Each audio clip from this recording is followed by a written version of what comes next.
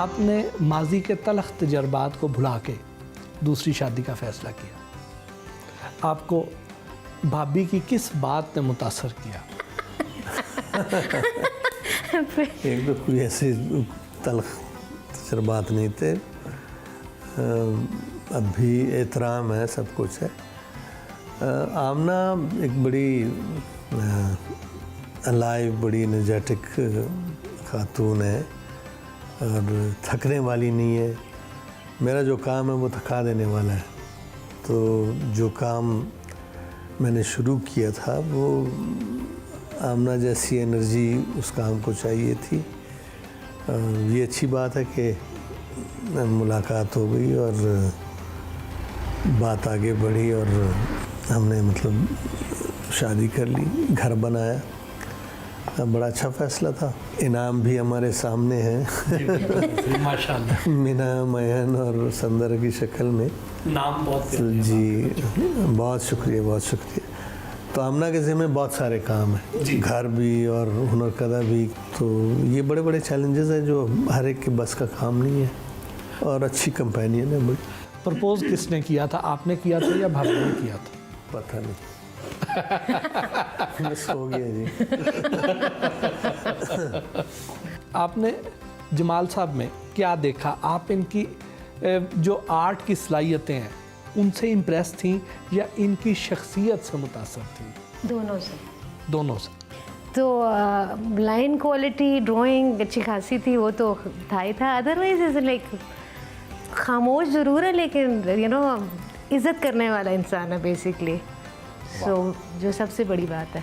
तो आपने जो शादी का फ़ैसला बड़ा अचानक किया, सुबह इकरार हुआ, शाम को शादी भी हो गई, तो इतने झटपट कैसे कर दिया? जो काम करने वाला होता है उसमें देर नहीं करनी चाहिए, वरना फिर वो गाड़ी चली जाती है और आप स्टेशन पे ही खड़े रह जाते हैं। तो भाभी के तो कुछ जज्बात होंगे ना कि आपने सोचा होगा कि मैं दुल्हन बनूंगी, ऐसे कपड़े पहनूंगी, ये जो है रस्म व रिवाज होंगे, इस तरह का फोटोशूट होगा। अगर इस तरह की होती तो मैं शायद फिर सोचता भी ना। अच्छा। मुझे जब हम जिस दिन शादी कर रहे थे हम, उस दिन मैं हमेशा अम्मी को कहती थी कि मैं खदर के जोड़े में शादी करूँगी, मैं खदर के जोड़े में शादी करूँगी।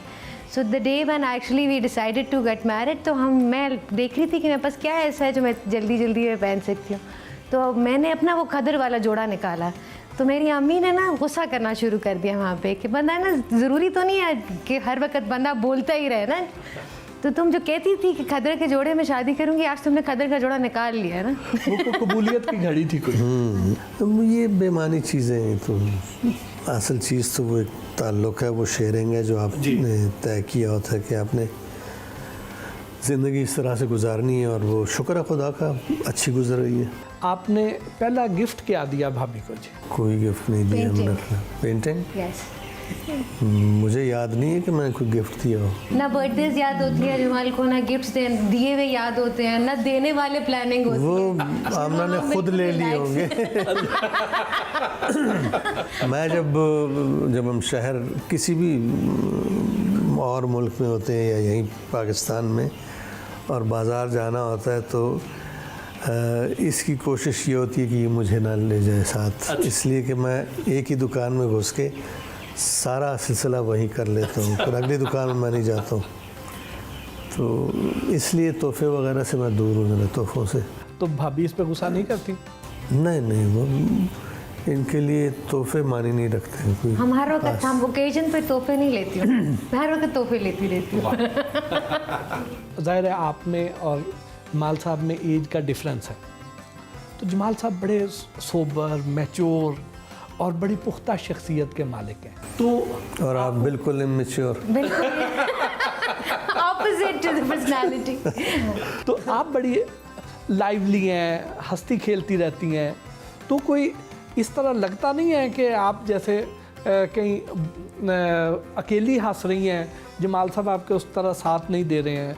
नहीं, मुझे कभी नहीं लगा। हाँ, उतना हंस नहीं सकते जितने दिल खोल के मैं हंसती हूँ, उतने उस तरह से नहीं हंस सकते, लेकिन मेरा साथ हमेशा देते रहे हंसने में। हंसने में भी यार खामोश तबीयत होऊंगा, लेकिन सेंस ऑफ ह्यूमर रखता हूँ मैं। यकीनन यकीनन। जो कैरेक्टर्स हैं उसमें आपने हमेशा संजीदा से किरदार अदा किए, हालांकि आपको तो रंगीला साहब भी बड़े पसंद थे, बहुत आपको अच्छा पसंद। मजाक रंगीला बहुत बड़े आर्टिस्ट थे जी। मैंने एक सीरियल किया था हमने, बाजीचा, जी जिसमें मेरा किरदार संजीदा नहीं था, वो कॉमेडी सीरियल था। तो कॉमेडी मुझे बहुत पसंद है। मियाँ बीवी के दरमियान कभी कभी हल्की फुल्की को नोक झोंक हो ही जाती है, होनी भी चाहिए। तो मनाने में पहल कौन करता है? मैं आप ही करते मुझसे मनाया नहीं जाता। मैं बिल्कुल, बड़ा मुश्किल, ये कमज़ोरी है जी। कौन सी ऐसी खामी है और आप वो बावजूद कोशिश की आज तक ठीक नहीं करवा सकी हैं? नहीं, अभी तो मुझे आदत हो गई है टोटल, जो बाकी भी था, क्योंकि मैं खुद ज़्यादा बोलती हूँ और जमाल नहीं बोलते, तो मुझे भी कोई चाहिए होता है जो सुन रहा हो। इनकी ये सुन रहे होते हैं और मैं बोल रही होती हूँ। आमना की जगह कोई और शख्स होता तो वो कहते कि जी फजूल खर्च है। हाँ, जितना मैं हूँ वो मुझसे भी ज़्यादा है। ये तो बड़ी अच्छी आदत है। आमतौर पे तो होता ये है कि मियाँ जो है उसकी कोशिश होती है कि मैं पैसे बचा लूँ। हाँ, नहीं, हम बचाने वाले नहीं हैं बिल्कुल। वो जब पैसे आते हैं तो बेचैनी सी फैल जाती है, किस तरह ख़त्म हो। वो हमारे एक दोस्त हैं ज़ुबैर साहब जी। तो उन्होंने एक दफ़ा कहा मुझे कि Aamna you should save something, you should like get some jewellery, कोई ज्वेलरी ख़रीदो, ये करो वो करो। तो मैं ज्वेलरी, हम जापान में थे, तो मैंने ज्वेलरी ली, तो मैंने कहा ये देखें ज़ुबैर साहब, मैंने ज्वेलरी ख़रीदी है।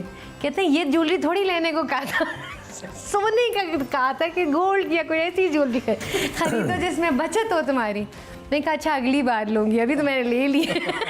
आपको भाभी किसी बात पे गुस्सा आ जाए तो उस वक्त आप फिर कैसे बताते हैं?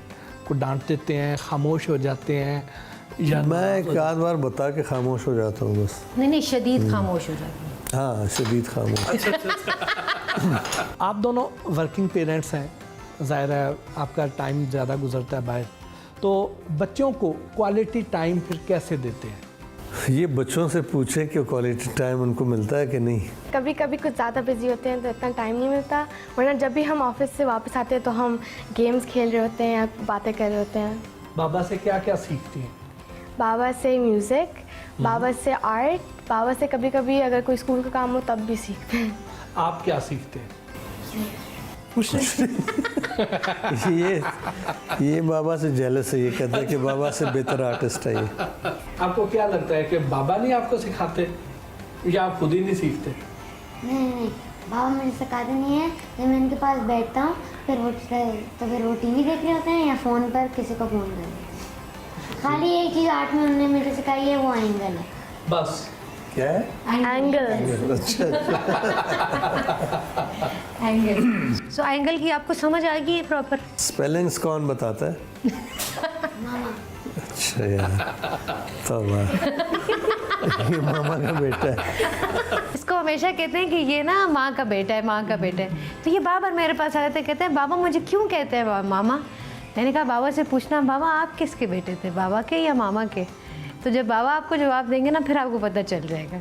सो एक दिन ये गया जाके, वह कहता है बाबा आप अपनी मामा के बेटे थे कि बाबा के? मामा के। तो कहते हैं मामा के। कहते हैं बाबा फिर आप मुझे क्यों कहते हो कि मैं मामा का बेटा?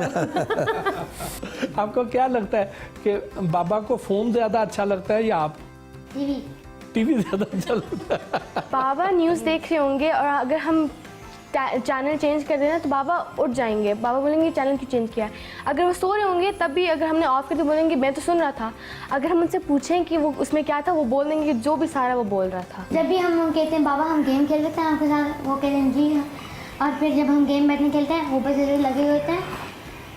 आप इनसे पूछ लें कितनी दफ़ा इन्हें हमें ट्रीट देनी पड़ेगी। अच्छा। हमारे यहाँ पेनल्टी का सिस्टम है। ये तो आज सारे पोल खोल दिए हैं उसने। ये बड़ा गद्दार है।